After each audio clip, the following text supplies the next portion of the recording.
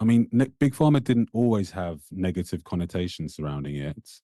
So when do you think this turning point was in the big pharma industry? Could you walk Well, us through this? I think if you call it big pharma, that's already, I think, after that change, in the sense that we have started to call, I mean, we have big pharma, we have big tobacco, we have big oil, we have big food, and we call them like that because they have become such a global monopolistic corporations that serve their own purpose, and in general are kind of almost, I mean, they're so powerful that it's very difficult for policymakers to affect them, also because they are global corporations, and policymakers often only have a national or regional or local mandates and electorate. So I think the word big before pharma is already kind of a relatively recent phenomenon, when more and more people in the health sector realize that what they do and how they behave is not conducive for public health.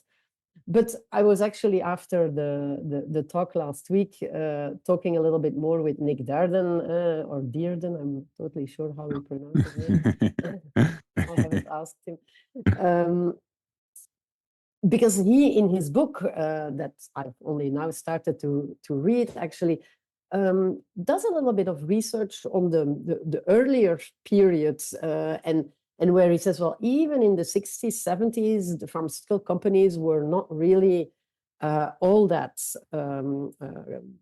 productive for public health. I mean, there have been, and this has been almost, I mean, it's not a battle, but between policymakers and the industry, is kind of trying to influence policy where to make it as conducive as possible for pharmaceutical companies to make money. And apparently that was already ongoing in the 70s and 80s as well. But what I think is very clear, if you see the switch from the concept of blockbuster drugs, for instance, is really something that was coined, I think, only in the 1990s. And blockbuster drugs were initially coined for drugs that reached $1 billion US sales. That, back in the 90s was huge, and there were very few of those blockbusters.